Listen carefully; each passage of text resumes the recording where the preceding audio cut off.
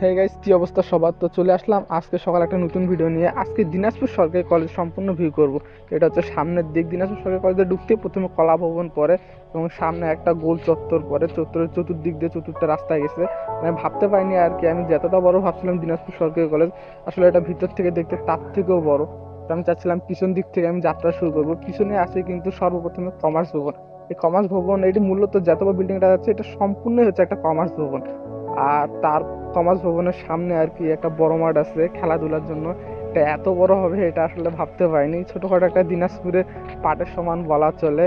আর মানুষ দিনাজপুর সরকারি কলেজে মূলত আসে এখানে কাশফুলের সৌন্দর্য উপভোগ করার জন্য। আপনারা হয়তো জানেন অনেক দূর দূরান্ত থেকে মানুষ এখানে আসে কাশফুল সৌন্দর্যটা আর কি দেখার জন্য। তো এখন যেহেতু কাশফুল জন্মায়নি আর বৃষ্টির দিন, তাই আমি কাশফুলটার ভিউটা আর কি দেখাতে পারছি না।